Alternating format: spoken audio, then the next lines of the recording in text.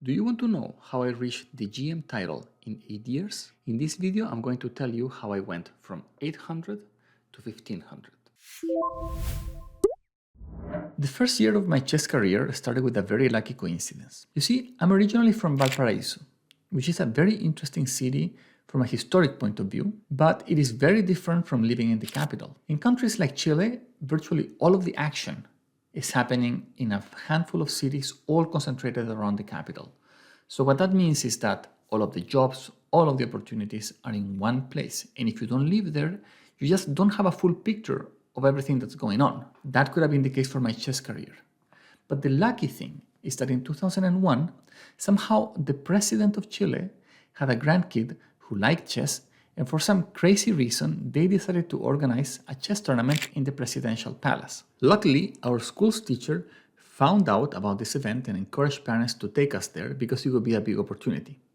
And for me, it was amazing. In fact, it was extremely eye-opening. I think it was only after I went to this event that I realized that chess was kind of like its own world, in the sense that there were national rankings, there were top players. The top players knew each other. Everyone kind of knew, okay, these are like the best kids for each of the specific age categories and so on. There's also a calendar of events. It was kind of a big discovery for me. It was an organized sport. Now, for me as a kid, it was also interesting because I got a chance to take a picture with the president of our country, and I also got a chance to take a picture with Ivan Morovich, who was Chile's first grandmaster ever and one of my first idols. Anyway, the tournament was 7 rounds. In the first round, I played against a kid who was actually one of the top nationally. He was very experienced, and he beat me kind of easily. I just missed a fork and lost. Now, very quickly, I noticed that some kids really knew what they were doing. So I started looking at how they played to see if I could extract some kind of pattern or knowledge that I could use. And one pattern that I was able to realize is that whenever these kids had a pawn and there were no pawns in front, they would just advance, advance, advance, and that would maybe promote a queen or force the opponent to give up some material in order to stop the pawn. Anyway, so I had this little rule of thumb. If I have this situation, that's what I'm going to do. And sure enough, in the 5th round of the tournament, I had that exact situation. We had some trades, and after some moment, I had a pawn ready to go. So I started advancing, and within 4 moves, my opponent had to give up a piece in order to stop my pawn. So suddenly, I was a piece up. So at this point, my heart was like pounding really hard because I knew before the round that this opponent was kind of like a fancy opponent. Okay, he came from like it seemed like he came from like a good middle school or something, and he was kind of from the capital. He just even looked smart. So I was really excited to try to win, but he was also kind of a very good player. So he managed to trade a bunch of pieces, and suddenly we end up with rook and bishop against rook, which is very hard to win. And somehow I tried to make some progress, but at some point I got distracted. He aligned my rook with his, he forced a draw, and that's it. It was a draw. I came out of the game completely destroyed emotionally. I was crying, I think. And even, I think that game affected me a lot because for the next few days, even weeks, occasionally I would have nightmares about it. And my mother says that I used to like scream when I was sleeping. It's like, no draw again. Because I was really kind of frustrated about the idea that you could be winning and somehow your opponent could escape with a draw. But anyway, I mean, I lost, or I guess I felt like I lost, but it was a draw. Then I won the next game, and in the next round, again, I played against another kid who came from like a very fancy private school, probably one of the most expensive private schools in the country. He even had kind of like a foreign last name, which in Chile, having a foreign last name is kind of like an indicator that you have a lot of money. But anyway, I still remember him to this day. He was kind of one of my first rivals, somebody that I had to overcome. He was one of the top players in the country. And the game was going kind of normal, but then at some point, I made a move and I hung a piece. And I remember that I released the move, and immediately I realized before pressing the clock. So I wanted to change my move, but then that's when I learned that, okay, after you release the move, you cannot undo it again. So I had another painful loss. I was not too happy about it, kind of a little bit demoralized. But one of the things that I was lucky about is that, well, my father was always a very talkative person. He managed to always make friends during events. And somehow, while I was playing, he managed to somehow introduce himself to an international master who was kind of a very good player. And after the game, he asked this international master if he could give me some advice. And I still remember the advice to this day. He said that you're going to lose your game not because of one mistake, but because you keep making mistakes. So let's say you lost a piece early in the game. As long as you're able to hold the position and keep playing, eventually your opponent will make mistakes and you will be able to recover. And that was a mindset that I kept throughout the years because I didn't always have very good technique or foundation, but I was very perseverant. So even if I was lost, I just kept trying, and eventually my opponent would give me some chance. So over the years, I was able to convert a little piece of advice into a technique for how to sort of, quote unquote, steal games when I was completely lost and I managed to recover. The next tournament I had a chance to play was very interesting. It actually became a very big part of my chess career for the next 4 years. So this was a Scholastic tournament, which was played in stages. That's what made it exciting. So first, every school in the city had to select 2 kids who were under the 8th grade. So it was a single category. So you could have 5th graders and 8th graders competing against one another. Then, if you placed first or second at the city level, you could go into county, then you could go into state, then you could go into national, and if you did well in the national, you could even go into play against everyone from South America, all in one event. The first time I attended this event, I was in 5th grade. So I got picked because I was in the top 2 of my school, and we went to the city tournament. Now, at the time, I had some understanding of chess already. I had probably like a rating of around 800, but I was still making many mistakes. Unfortunately, I hadn't learned how to notate my own games yet. So at this point, I couldn't really record what happened in the games. I can only imagine and remember bits and pieces. But I do remember that when I was playing the 3rd round of this event, I played an opponent who was one of the best in the event, and we got to a position more or less like this. And here I wanted to break in the center, so I played something like e5, and I calculated for a long time, and I was thinking very hard, and here I was thinking maybe, oh, I'm attacking his piece, and I'm doing this, and I'm doing that. And somehow I felt like this bucket of cold water drop on me, because he played bishop c5, and I still remember this 25 years later. He played bishop c5, and my, my queen got pinned to my king, and suddenly I lost the game. Anyway, I was able to recover from this loss. I won the 4th round, and going into the next round, my parents actually did some calculations and told me, okay, if you manage to win the last game, you have a chance to make it into the county level tournament. So try very hard. So that's what I did.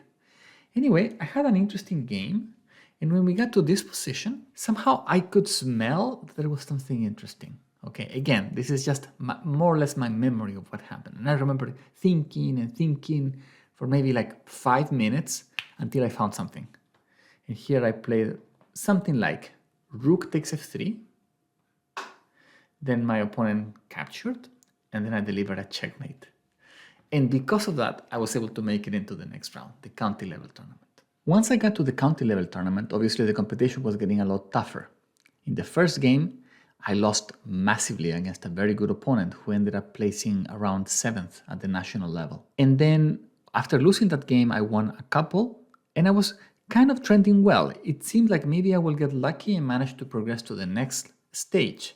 And in fact, here's the critical game. It was the second to last round, and I have a decisive advantage with white.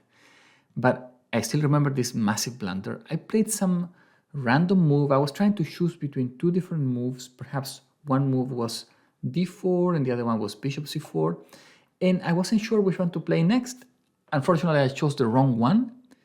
And again, it was that same feeling of surprise and hopelessness at the same time when my opponent played bishop c5 check. And I still remember, this is exactly how the game went. So at this point, my memory is improving, my board vision and so on. So I can remember the games with a bit more detail. I remember exactly, my opponent played this check, and my king was trapped because there was this rook and this pawn, which was really destroying my life. So I had no choice but to cover, and my opponent took with the pawn. I moved my king. It was a check with the rook. I moved. He promoted, and it was checkmate. It was this exact sequence. I still remember it. And because of this loss, okay, I was disqualified, so I didn't manage to progress beyond county level, and instead this opponent managed to make it into region, basically the state level and then the national level, and had an okay performance overall. One of my favorite memories of starting my chess career was actually going to tournaments with my father. Because I wasn't from the capital, we kind of had to travel in order to get there. So I remember on a Saturday or Sunday, we would have to wake up around 6 a.m. We would take a bus to get downtown, and then downtown we would take a big bus to go to the capital. Then we would have to take maybe like a light rail or something in order to get to the actual tournament. So around 10 a.m. or 9 a.m. we finally made it there, and then we could play for the day. These were day events. They were rapid games, so they were maybe 20 minutes per side, but they gave me a lot of exposure. They allowed me to play against some of the top players in the country for my age group, which were primarily living in the capital. At this point, I was well aware of ratings, so I could pretty much memorize my opponents' names. I remember who they were, and I was able to keep an eye on how they were doing, as well as how I was improving compared to them. Because I started chess relatively late, many of these opponents actually managed to accumulate some pretty big score against me. In fact, there was one opponent, and I'm going to tell you about him throughout the years, because he was the same age as me, and he was basically the best player at the time. Eventually, I became the best, but he was the second. So overall, we played, I believe, 30 times. And the score started interesting because I lost the first 3 games, but each time it kept getting a little bit tighter. And then I was able to score a couple of draws before I managed to score the first win. To give you an idea for the kind of mistakes I was making back then, let me show you the third game I lost against my nemesis. His name was Martin. Back then, he used to play the French defense. And even though I didn't know the French, at least I was aware of that. So to avoid any problems, I would just play the exchange variation. And because he was higher rated than me and I had a lot of respect for these top level opponents, I was just kind of playing to a draw. So I would simplify everything. I got to a pawn ending and I was pretty happy here, very excited. I had already lost twice before. I was excited to hopefully make a draw. At this point, I thought, okay, it's like I almost have it in the pocket. Might as well keep trading everything to simplify. So I played c4 thinking, what could go wrong? My opponent played a waiting move and then b5. And then here was the big mistake. I played pawn takes. And almost immediately, I could smell that I had done something wrong. Even though I had never learned this before, nobody had taught me this pattern for losing, the idea of a passed, far away pawn. I very quickly realized where the problem was, is that as I waited, my opponent could just advance his pawn, and I was kind of running out of moves, and he kept making progress, and eventually, he could just push forward, giving away the pawn, but forcing my king to go away.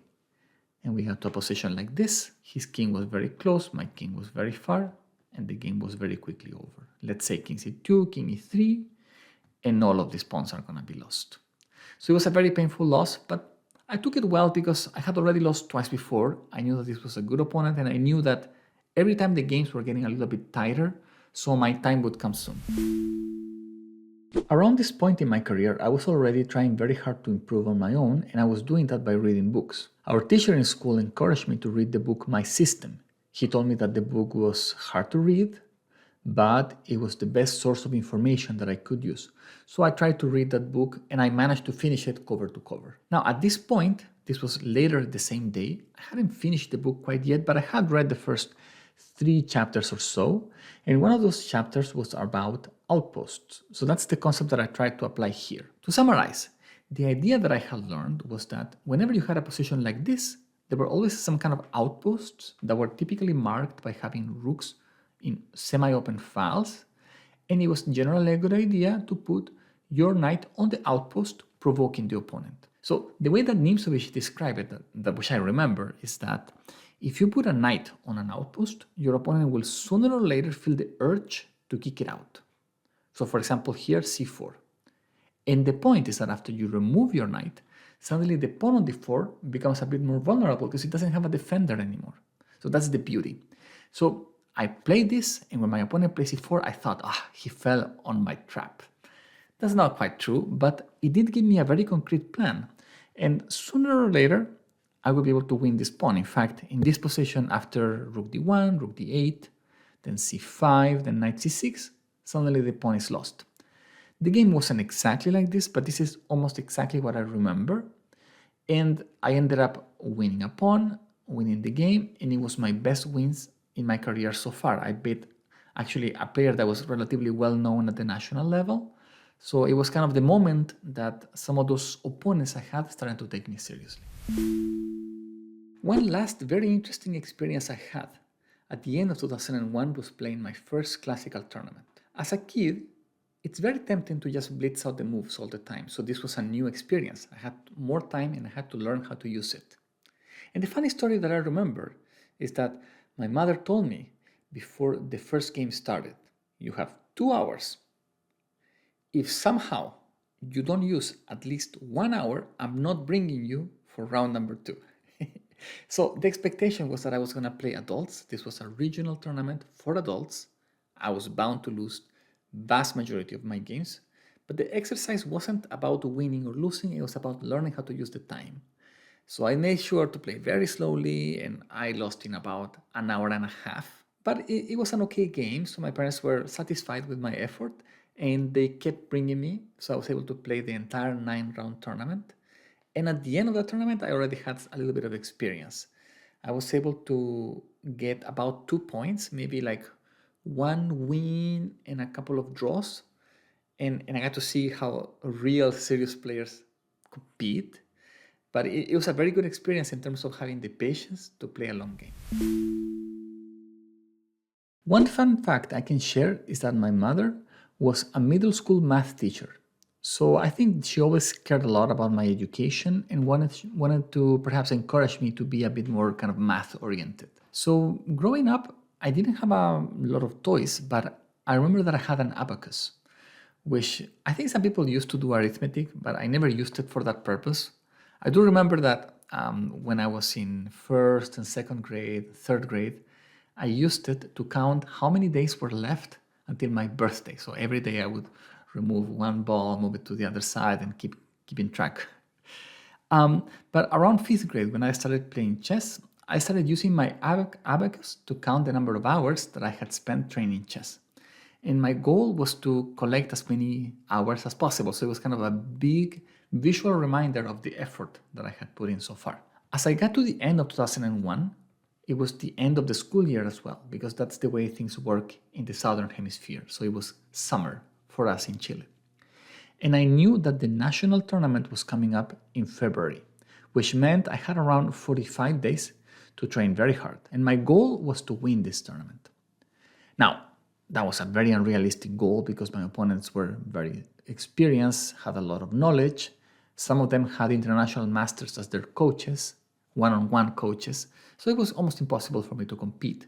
But I still tried my best, and I went into that tournament knowing that it wasn't going to happen, but at least I would give it my best. Playing my first national championship was a very interesting experience. This tournament was separate from the Scholastic events in the sense that it was organized by the Chess Federation, and if you did well in this event, you could go to the official World Youth and the official kind of Pan-American Championships. So it was a completely separate set of events. In any case, I went to this tournament hoping that I could get first place, but within a couple of rounds, it became clear that that was not meant to happen. I lost the first game, I drew the second, and after 5 rounds, I'm pretty sure I had 2.5 points. Anyway, I didn't let myself get demoralized and I kept trying until the end. And in the end, in the last round, I had my first big win because it was the first time that I was able to beat someone who had beat me in the past. So I was playing against a player named Gabriel. He was actually known nationally for being in the top 5, and he had beat me twice before. But this time I was able to turn things around. The game began with e4, c5, and another interesting thing is that actually this is the first tournament for which I have games recorded. So I have a database with all of my own games, and this is the first tournament in my database. So I played knight f3, d4, and our teacher in school told me that I should try to play the English attack, which I didn't really know how to play, but at least he told me where the pieces go, and that's what I was following. And at this point, after queen c7, I took on b5. And for a reference, I can tell you that up to this point, This is about month number 5 in year 1, and I was already able to calculate enough to be able to see that I would take, my opponent would capture, I would take, and then I would take on d6. And I had seen up to this point very clearly in my head, and I knew that I was getting basically 3 pawns for the piece. And I kind of had it in my head that 3 pawns were better than a piece, which is not always true, but at least that's the principle I was following. Now, at this point, I was thinking, okay, I have an advantage, but at the same time, my opponent is a better player. So that's the kind of dynamic. I have to keep the game going. So I brought my rook. Then I started advancing. I knew that I had to bring my pawns forward if I wanted to win. And that's what I kept trying to do. Now, my opponent was a better player, and at this point, he's getting close to stopping my initiative. So for example, the move b5 maybe wasn't the greatest because it created a bit of a hole that my opponent might be able to exploit. But we were both really making mistakes here. So I played king b3 and king b4. That was good. It kind of covered this hole, so it made it harder for my opponent to block my pawns. And here my opponent played a critical moment, bishop c8. He's hoping to bring the knight in order to block it. And I knew that knight blockers are really effective. So at this point I was like thinking maybe I'm not going to win after all. But I just kept trying. I played knight e2 and c4. And I was thinking maybe if I have a chance I will play knight c1 and knight d3. And here came my lucky break because my opponent played knight c5 following his plan, but he missed that I had the move e5. So when I played e5, which I saw almost immediately, I made sure that I would be able to win this knight. So he could either take and be lost or retreat and be lost as well. This is what he chose to do, and the game was over very soon after that. Now I want to show you a game that perhaps is one of the most memorable I played during year 1. My opponent was rated around 1800 in our national rating, and maybe that's a little bit inflated. National ratings are always a little bit higher than FIDE. But he was a very decent player overall, and I knew him well because he was also in my school. He was about 4 years older than me. So this was a rapid game. So he played e4, I played c6. At the time, I played Caro-Kann defense, not because I think it's like better than others necessarily, but because our teacher in school recommended it. And overall, it's a very good, very kind of a practical line to start with. So anyway, then my opponent played bishop e3, and e6 and queen c7, and basically at this point I was inventing moves. I didn't know anything beyond this point. But anyway, I played knight d5, then knight b4, and then here I played a5. And I think I played this move because I wanted to have some kind of aggressive idea like playing a4 next. I'm not sure that this was like the right thing to do or anything, but I was always trying to create threats rather than waiting for my opponent to make something. So here my opponent played bishop f4, attacking my queen, and then I moved my queen and he played c5. And I have to admit, when I was playing the game, I remember looking at this and being quite concerned that things were not going too well. And I'm pretty sure my face was showing that I was very concerned, because I remember after the game, my mother said, I thought you were about to lose, just based on my expression. But here I came up with a very interesting response. I played knight takes c5, which even today, according to the engine, is a good move to play. So I played this move for 2 reasons. One is because I wanted to break my opponent's initiative so far, and because I thought that it would give me some kind of attacking chances. So here my opponent took, and I took, and that's a check. And now it's a big question of what to do next. For example, if my opponent had played king to d2, I now have long castle. It's a check. If my opponent moves the king, I can play knight c2 check, and now this rook is going to be lost. So he would have had to cover, I would have taken, and then take, and then take, and that would have been a win. A nice win for me, right? So that did not happen. So after castle, actually black is already winning, and therefore king d2 is an awful move to play. In the game, my opponent here thought for a long time, right? Obviously queen c3 does not work because I have a fork, right? So that's another move that we can rule out. So my opponent played knight c3. And I had already calculated this, and I thought that here I was going to do well. The move that I played was a4, attacking the queen, and then when my opponent removed the queen, which was forced, I played queen f5. And I was very happy here. The reason I was happy is because I'm threatening mating 1, but I'm also threatening knight d3 check, which would effectively win the queen. So at this point, my opponent thought for like 5, maybe 10 minutes and resigned. I'm not sure that he should have resigned necessarily. Maybe he could have just played knight d4 and maybe the game would have lasted a little bit longer. It's not 100% obvious how exactly I'm going to win yet, but it's definitely clear that I have a huge advantage. Maybe check, and then knight c, maybe knight d3, knight c2. I have various ways to force winning the queen, but maybe he should have just tried to play this because 2 pieces is not that little. In any case, I was happy to end the game with queen f5 because it's a very elegant way for the game to finish. But obviously there was one line that my opponent did not see in the game that was very interesting. It was king b1. So what to do against king b1? I had calculated I was going to play a4, then the queen has to go somewhere. If he goes queen e3, this is a loss because I have the same type of idea, and now I even have a nice checkmate. I can play check and mate. And I think at this point, I was very young, maybe not that experienced, but I was familiar with some of these checkmate threats, so maybe I would have been able to find that. But what I was concerned about was queen c3.